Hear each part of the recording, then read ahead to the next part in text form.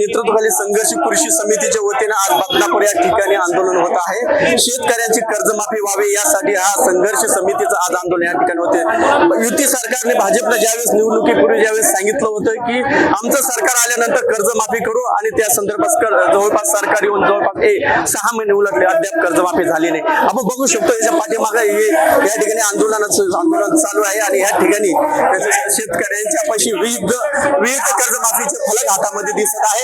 यामध्ये भव्य रस्ता रोको आंदोलन यामध्ये बदनापूरचे बळीराजा तू घेऊन अशी फाशी घेऊ नको असे देखील या ठिकाणी सांगण्यात येत आहे। रस्त्यात बदनापूर महामार्ग जालना आणि संभाजीनगर महामार्गावर हा रस्ता रोको आंदोलन सुरू आहे आणि या रस्ता रोको आंदोलनामध्ये बहुतांशी बरेच शेतकरी या ठिकाणी कर्जमाफीसाठी या ठिकाणी बसले आहे आणि या ठिकाणी बघतो तर पोलीस प्रशासन देखील तो बंदोबस्त या ठिकाणी केलेला आहे आणि जवळपास काही अनुसूचित प्रकार घडू नये यासाठी पोलिसांच्या या ठिकाणी पोलीस तैनात करण्यात आलेले या ठिकाणी पाहू शकता तुम्ही। या ठिकाणी वाहन या ठिकाणी वाहनाच्या रांगा देखील लागलेल्या आहे आणि कर्जमाफी व्हावी यासाठी देखील आज माझ्यासोबत काही शेतकरी माझ्यासोबत आहे। काय सांगताल, आज आंदोलन करत आहे, आंदोलन स्वरूप काय आहे? आंदोलन स्वरूप सुरुवात आहे साहेब आणि याच्यानंतर जे आंदोलन होईल याची मुख्यमंत्र्यांनी नोंद घ्यावं की म्हणजे इतक्या प्रमाणात उग्र आंदोलन होतील इथून पुढे। जसे पंजाबमध्ये घडले ना तसंच इथलं महाराष्ट्राचे शेतकरी इथून पुढे पंजाबमध्ये जसे आंदोलन झाले उग्र तसे इथून पुढे आंदोलन होतील। सरकारने निवडणुकीपूर्वी जी आश्वासन दिलं होतं आज त्याचं पूर्तता झाली नाही, काय सांग? त्याला गाजर म्हणतात, त्याला सरकारने जे आश्वासन दिलं त्याला गाजर म्हणतात त्याला। जर आश्वासन पूर्ण करत असतील आता सध्याला अधिवेशन चालू आहे, त्यांनी अधिवेशनाच्या याची घोषणा करायला पाहिजे शेतकऱ्यांना सरसकट कर्जमाफीची। ते न करता आज आम्ही आंदोलन उभा केलं तर आम्हाला अशा या प्रकारच्या नोटीस पाडल्या त्यांनी, म्हणजे आम्ही आतंकवादी आहोत का?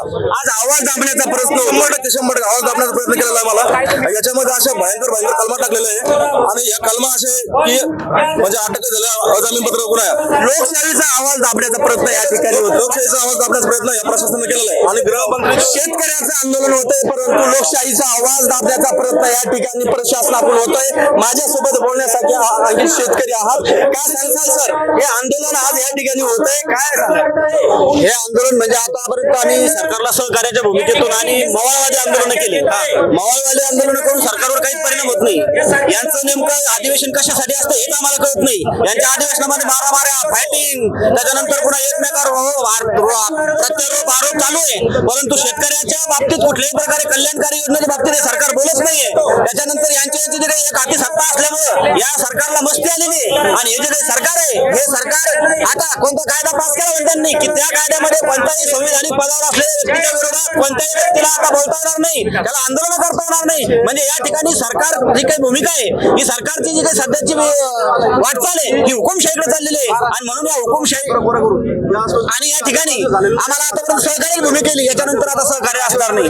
हे बघू शेतकरी या ठिकाणी सांगतात आणि या ठिकाणी ज्या पद्धतीने प्रशासन यांच्यावर आवाज दाबण्याचा प्रयत्न करतात आणि त्या माध्यमातून शेतकऱ्यांचा आवाज कुठेतरी कमी होतोय, काय सांगतात? लोकशाहीवर गदा शेतकऱ्यांचा आवाज दाबण्याचा प्रयत्न सरकार करतंय। शेतकऱ्यांना निवडणुकीच्या अगोदर दिलेल्या आश्वासनाची पूर्तता हे सरकार करायला तयार नाही। सरकारने दिलेला शब्द पाळावा।